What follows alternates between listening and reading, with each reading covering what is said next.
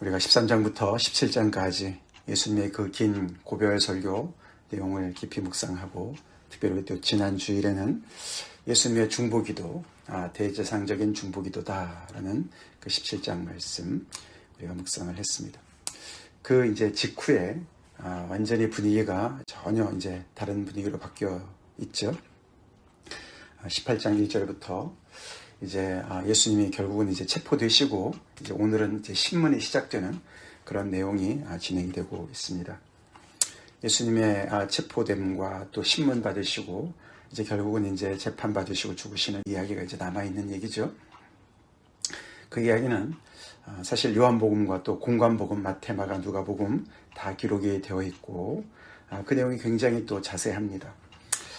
그리고 또 아시다시피 어떤 내용은 여기에는 기록되어 있는데 다른 데는 기록되지 않은 그런 부분도 있습니다.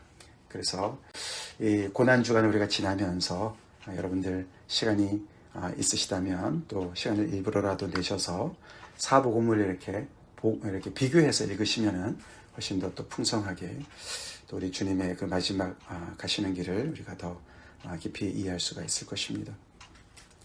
이제 요한의 기록을 우리가 가만히 보면은 결국 이제 요한은 그 다른 데도 마찬가지지만 특별히 요한복음의 이 예수님의 순환의 이 이야기는 이렇게 예수님께서 말씀을 전하시고 또 기도하신 다음에 참 그 맞이하시는 그 현실이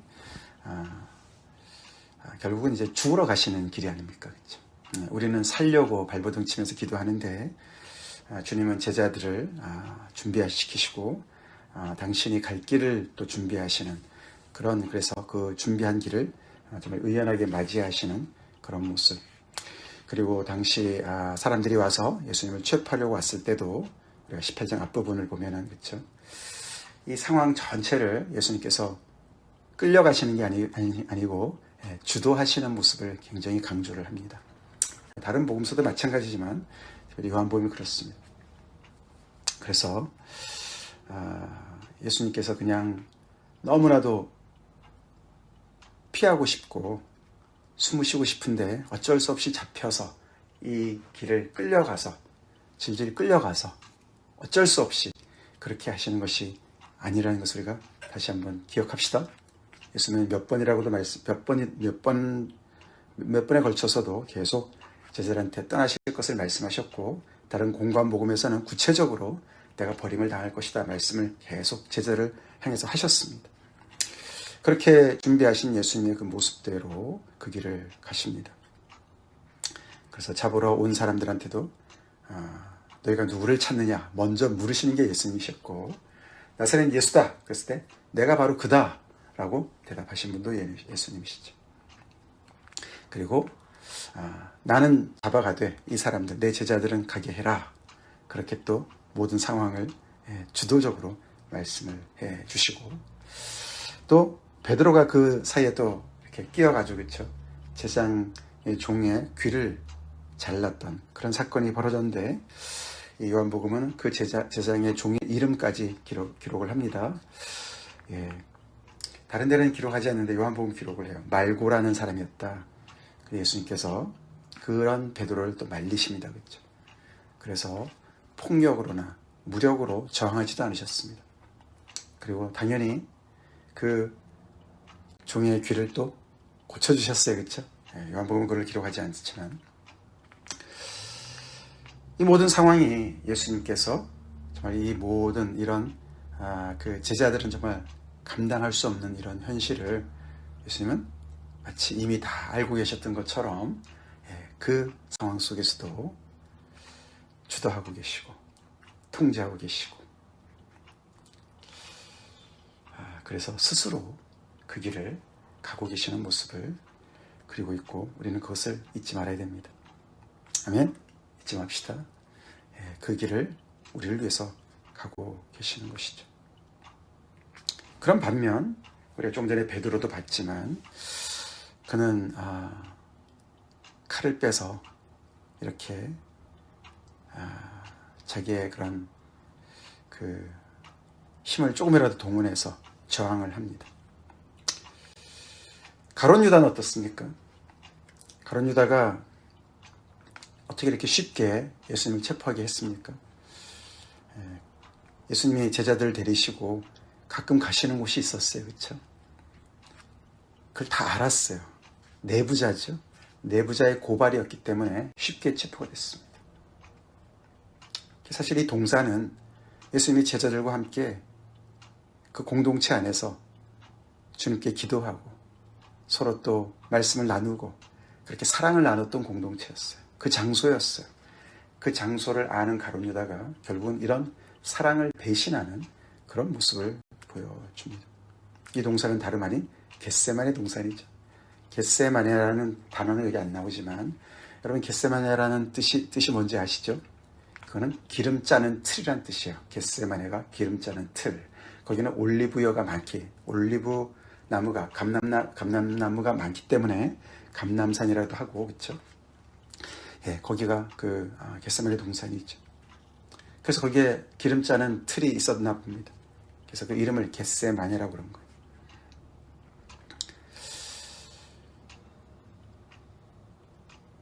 그 동산을. 그래서 예수님은 그런 모든 것을 또 가룟 유다가 뭘 할지를 다 아시는데도 불구하고 당신의 그 일상의 동선을 지키시는 거죠. 그렇죠? 예, 그래서 이걸 다 아시면서도 길을 가신 거예요. 이들이 정말 굉장한 전략을 잘 짜서 아주 기밀하게 잘 짜서 예수님이 거기에 걸려드신 것이 아닙니다. 그렇죠? 그리고 이제 결국은 그래서 오늘 12절에 군대와 천부장, 이건 이제 로마 사람들이고요. 거기에 이제 그 근처에 주둔했던 사람들이 있었습니다. 혹시라도 밀란이 일어나면은 급하게 이제 그런 것을 진압해야 되는 그런 면에서 이제 로마 정부가 파견한 사람들이죠. 그 사람들 플러스 유대인의 아랫사람들, 이건 이제 성전 경비대라고 할 수 있죠. 그 대제장이 이제 지휘하는 그런 자기들 나름대로 어떤 자치 그런 경비대원이 있었는데 그들이 같이 연합을 해서 예수를 잡으러 갔죠. 어저께 우리 본문에서도 예수님께서 내가 그다 라고 말씀하실 때 그들이 물러가서 땅에 엎드러졌다 그런 표현이 나왔습니다. 그렇죠? 이들이 완전 무장을 한 군인이죠. 그렇죠? 굉장히 훈련된 군인이었지만 예수님의 이 정말 당당함 앞에 그리고 내가 그다 라는 말 앞에 이렇게 물러가서 땅에 엎드러지는, 그래서 정확하게 어떤 상황인지 모르지만 예수님의 어떤 그런 그 권세 그리고 내가 그다, I am, he, 그런 말이 그 앞에서 쭉 얘기했던 그런 이야기. 나는 생명의 떡이다. 나는 생명이요 부활이다. 부활이요 생명이다. 이런 모든 말씀들, 나는 세상의 빛이다. 그 I am, 그 말이 사실은 구약에서는 그게 하나님의 이름이거든요. 그 이름의 어떤 그 능력 앞에 무너졌는지 여러 가지를 내포하고 있는 상황이죠. 근데 지금은 예수님께서 스스로 이렇게 그들한테 결박을 당해 주시고 끌려가 주시니까 같이 가는 거였어요. 그리고 제일 먼저 간 곳이 그 해의 대제장인 가야바의 장인 안나스. 이 안나스는 가야바보다 먼저 대제장의 일을 했었던 사람입니다. AD 6년부터 15년까지 거의 10년을 대제장으로 있었던 사람인데 로마 그 당국이 그를 폐위를 시키고 이 가야바를 세운 거예요. 근데 많은 사람들은 이 안나스를 굉장히 그 존경했다 그래요. 이 반유대적인 색채가 많이 강했다 그럽니다. 그래서 여전히 이제 그 영향력이 많이 있었던 것이죠, 안나스가. 그래서 어쩌면은 이 사람들이 먼저 안나스에게 끌고 간 것 같아요. 그렇죠? 오늘은 그래서 안나스 이야기가 나오죠. 안나스 앞에서 신문을 받으시는 예수님 이야기입니다. 근데 그것은 이제 요한복음에만 나와요. 이 제일 처음에 안나스한테 가서 신문을 받으신 내용이 요한복음에만 나옵니다. 그 다음에 이제 가야바에게 이제 끌려가시죠 또. 근데 먼저 안나스를 만나십니다. 안나스 앞에서 신문을 당하시는 예수님의 모습, 그 모습과 어떤 모습을 같이 이렇게 연결시켜서 요한복음 얘기하고 있습니까? 그 사이사이에 베드로가 예수님을 부인하는 이야기와 같이 섞여서 오늘 말씀을 이렇게 우리가 읽게 됩니다. 그래서 일부러 요한은 예수님의 모습과 신문 당하시는 예수님의 모습과 그를 멀찌감치 따라가는 베드로의 모습을 대조하고 있는 것을 보게 돼요. 예수님 어떻습니까?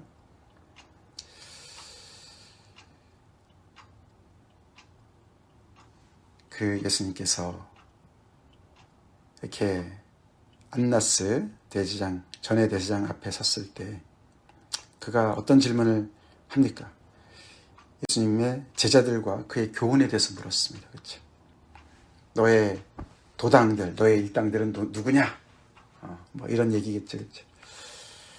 그리고 너가 가르친 교훈은 무엇이냐?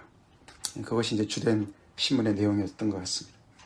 거기에 대해서 예수님은 당신의 제자들에 대해서는 함구하시고, 그렇죠? 예수님의 측근에 대해서 물어보는 거 아닙니까? 그렇죠? 우리가 그런 범죄 뭐 이런 거 보면은 항상 이렇게 잡혔을 때, 그렇죠? 그 주변에 같이 동조 세력들에 대해서 파악하지 않습니까? 이제 그런 것처럼. 그러나 예수님은 제자들에 대해서는 함구하십니다.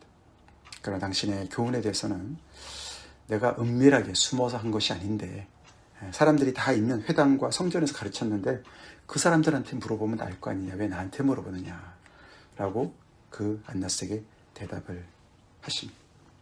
은밀하게 갇히는 것도 있으시지만 그러나 앞에서 다 공공석상에서 이야기한 것들에 대한 연장선의 얘기이기 때문에 바깥에서 들은 사람들 다 내가 무슨 말하는지 다 알아.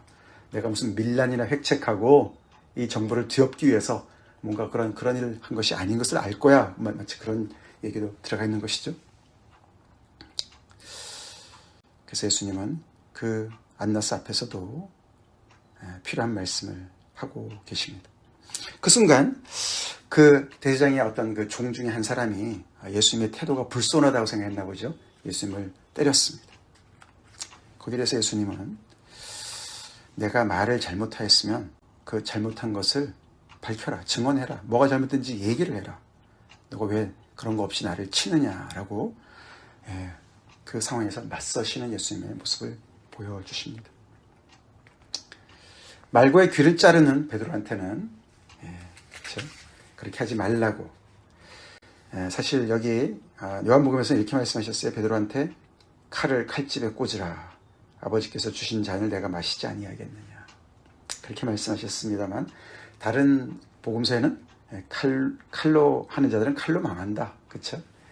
그렇게 말씀하시면서 이 폭력이 예수님의 가시는 길과 얼마나 다른지를 말씀해 주세요. 그렇죠? 칼을 칼집에 꽂으라. 칼은 여기서 필요 없는 것이다. 그래서 사실 예수님은 비폭력, 무저항, 주의라는 말이 거기서 나오는 것이죠. 예수님이 가시는 길은 절대로 폭력으로 맞서다가 무너진 것이 아니었습니다. 무저항주의다. 이게 뭐 물리적인 저항을 얘기하는 것이 예수님께서 막 밀치고 뭐 무기는 안 드셨지만 막 밀치고 막 하다가 어떻게 끌려가신 그런 것도 아니었습니다. 그렇죠? 그래서 무저항도 맞습니다. 그러나 오늘 본문을 보니까 그렇다고 완전히 아무것도 안 하신 분은 아니세요. 그렇죠? 틀린 건 틀리다고 또 말씀을 하시는 걸 볼 수가 있죠. 맞서시지만 그 안에 폭력을 행사하지 않으시고 물리력을 행사하지 않으시는 주님을 본다는 것이죠. 우리 예수님의 제자들은 이런 것을 배워야 될 줄 믿습니다. 여러분들도 뉴스 보셨겠지만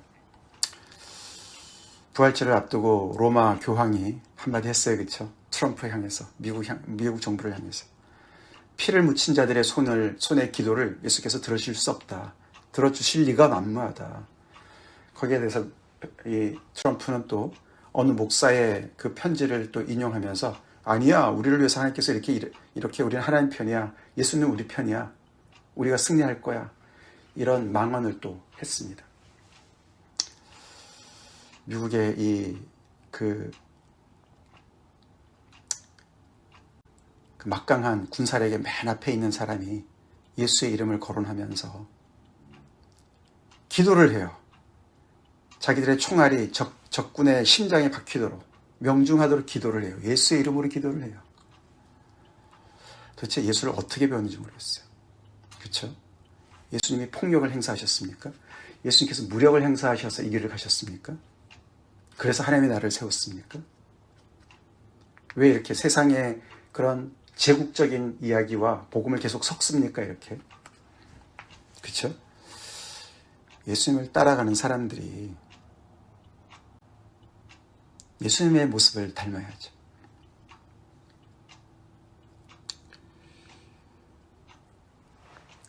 예수님이 이 아랫사람 하나가 부당하게 대우하시는 것에 대해서 말씀하세요. 그렇죠? 말씀하십니다.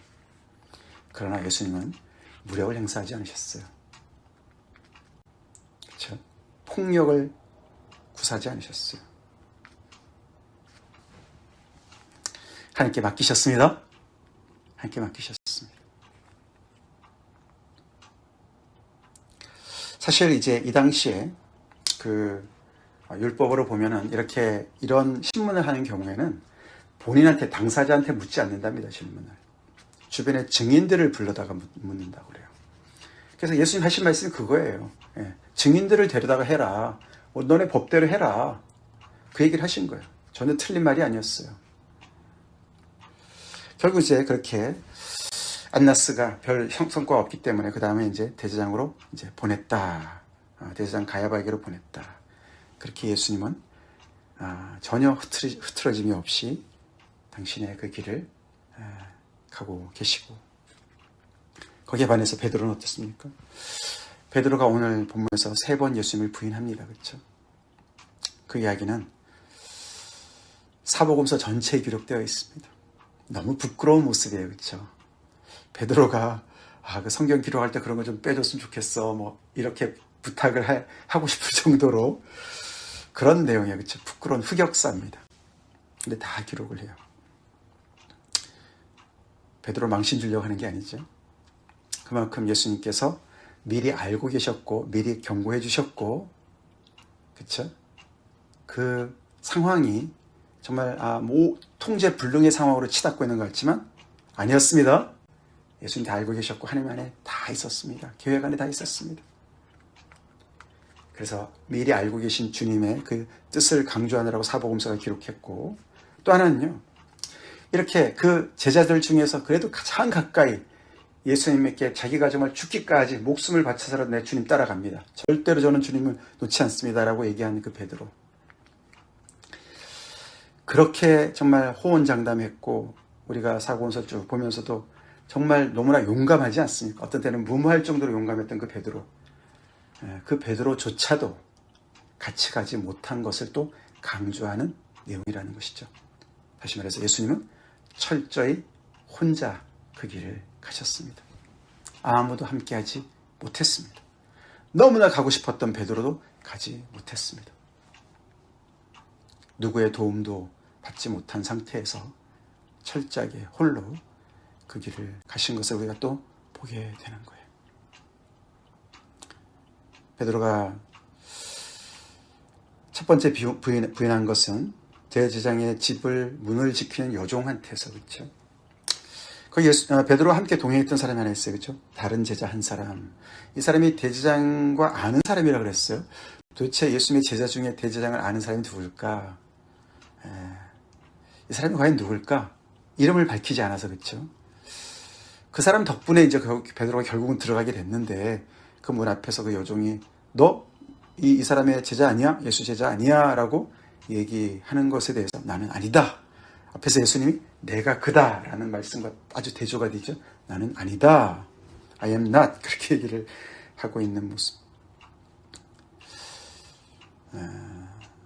다른 제자 한 사람에 대해서 의견이 분분하지만 전통적으로 이 사람을 이 요한복음을 쓴 요한 12제자 중에 그 사도 요한으로 보지요. 하여튼 친분이 있어서 결국은 그는 프리 패스를 했고, 베드로가 못 들어오니까 가서 또 얘기를 해서 베드로를 거기에 데리고 왔어요. 그렇죠? 그래서 그 제자들 중에는 그래도 가장 가까이 있었던 베드로였습니다. 추워서 숯불을 지피고 있었는데 같이 옆에서 쬐면서 어떻게 돌아가고 있나 보고 있었습니다. 그렇지만 거기까지였어요. 그렇죠? 거기까지였어요. 두 번째는 거기 같이 불을 쬐던 사람들이 불이 비치니까 이래저래 보다가 어디 잘 못 보던 사람이 있는데, 그러고 베드로를 알아본 것 같죠? 너도 그 중에 하나다. 나는 아니다. 또 그러면 세 번째는 베드로가 귀를 자른 그 말고의 친척 중에 한 사람이 그걸 알아봤다. 그럼 뭐 이제 더 조여드는 거예요, 그렇죠? 부인할 수가 없어요, 그렇죠? 그런데도 베드로는 또 부인을 했다. 그리고 곧 닭이 울었다. 예수님 말씀처럼 닭이 울었다. 그래서 예수님의 의연하신 모습과 대조를 이루고 있습니다.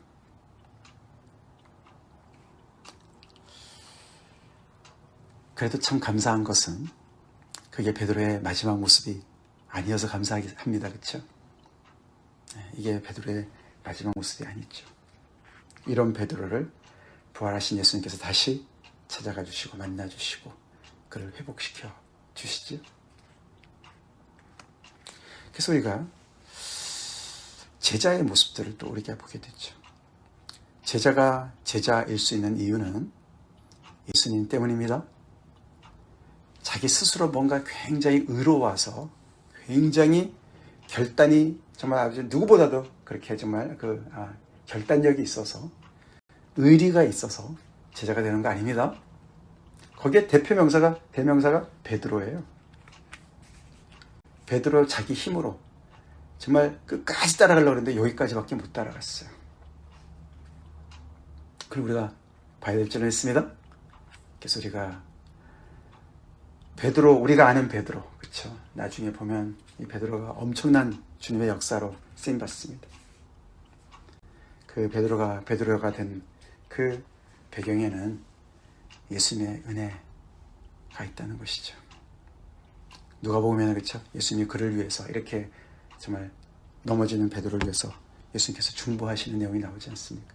사단이 너를 밀가부르듯이 그렇게 했지만 내가 너를 위해서 중보했다.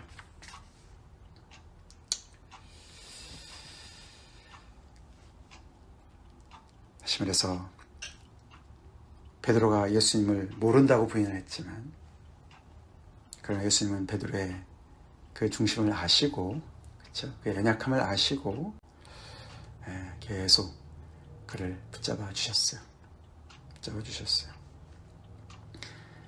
베드로가 스스로의 어떤 그런 남다름 때문에 뛰어남 때문에 우리가 아는 베드로가 된 것이 아닙니다.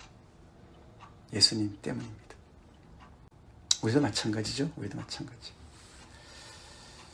우리도 예수님 때문에 우리의 실패한 자리에서 일어날 줄로 믿습니다. 일어날 수 있을 줄로 믿습니다.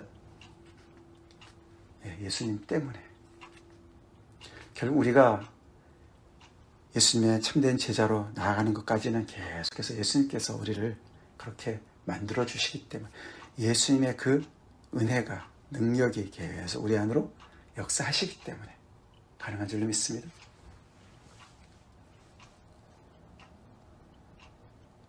그래서 우리도 소망이 있어요. 내 스스로의 어떤 능력과 결단으로는 한계를 우리가 보게 되고 사실 베드로는 나름대로 용기와 의리를 가지고 나는 의리 빼면 시체야 뭐 이러고 달려들었는지 모르지만 의리 때문에 시체가 되는 거죠. 그렇죠? 우리가 망해요. 나의 개인적인 어떤 그런 것으로는 이렇게 무너져야 될 줄로 믿습니다. 그 무너진 자리에서 주님이 주신 은혜로 정말 이해할 수 없는 주님의 그런 놀라운 회복력과 용서와 사랑과 여전히 나를 품으시고 나를 사용하시겠다고 하시는 그 주님의 뜻 때문에 우리가 그런 주님이 원하시는 모습으로 가는 줄로 우리 믿읍시다. 오늘도 우리가 이 주님 가시는 그 모습, 어려움을 어떻게 헤치고 나가시나 우리 주님을 보면서 그 길을 홀로 의연히 가신 주님을 우리 찬양합시다. 우리는 다 양 같아서 각기 제 길로 갔지만 우리 주님은 그 길을 목자가 되셔서 끝까지 가시고 계십니다. 그 예수님을 바라봅시다. 그 예수님 우리의 소망 되십니다. 다 같이 기도하겠습니다. 하나님 감사합니다. 예수님께서 수도 없이 말씀하셨던 그 때가 드디어 왔고 세상의 흑암의 세력이 빛되신 주님을 체포하고 신문하고 죽이려 하는 이 상황 속에서 어둠이 빛을 삼키는 것 같지만 사이사이에서 빛이 새어나오는 것을 봅니다. 결국은 빛이 어둠을 이기고 승리하는 그 부활의 날을 우리가 또 보면서 이 모든 상황을 주도적으로 이끌어 가시는 주님을 우리가 놓치지 않고 또 우리의 연약함, 베드로와 같은 연약함을 또 보면서 주님을 제대로 따라가는 것이 어떤 것인지 이런 베드로를 다시 아버지 회복시키시고 베드로답게 만드시는 그 주님의 은혜와 능력을 또 우리가 바라보면서 우리 안에도 소망을 갖고 주님을 더욱더 바라보기 원합니다. 예수님 때문에 예수님의 제자가 예수님을 통해서 예수님의 제자가 되는 것을 우리가 고백합니다. 내 스스로의 능력과 내 스스로의 결단과 의리로는 도저히 따라갈 수 없는 것을 빨리 인정하고 주님의 은혜에 붙잡힌 바 된 우리의 삶 되게 하여 주시옵소서. 주님의 고난을 더욱더 바짝 따라가며 주님을 아버지 우리의 주로 고백하며 우리가 들고 있는 무기들을 내려놓게 도와주시고 세상 방식의 제국의 방식의 아버지 싸움을 내려놓게 도와주시고 싸우는 방식도 주님을 따라서 주님의 모습대로 그렇게 아버지 저희들이 싸울 줄 아는 저희로 삼아 주시옵소서. 예수님 이름 받들어 간절히 기도 올려옵나이다. 아멘.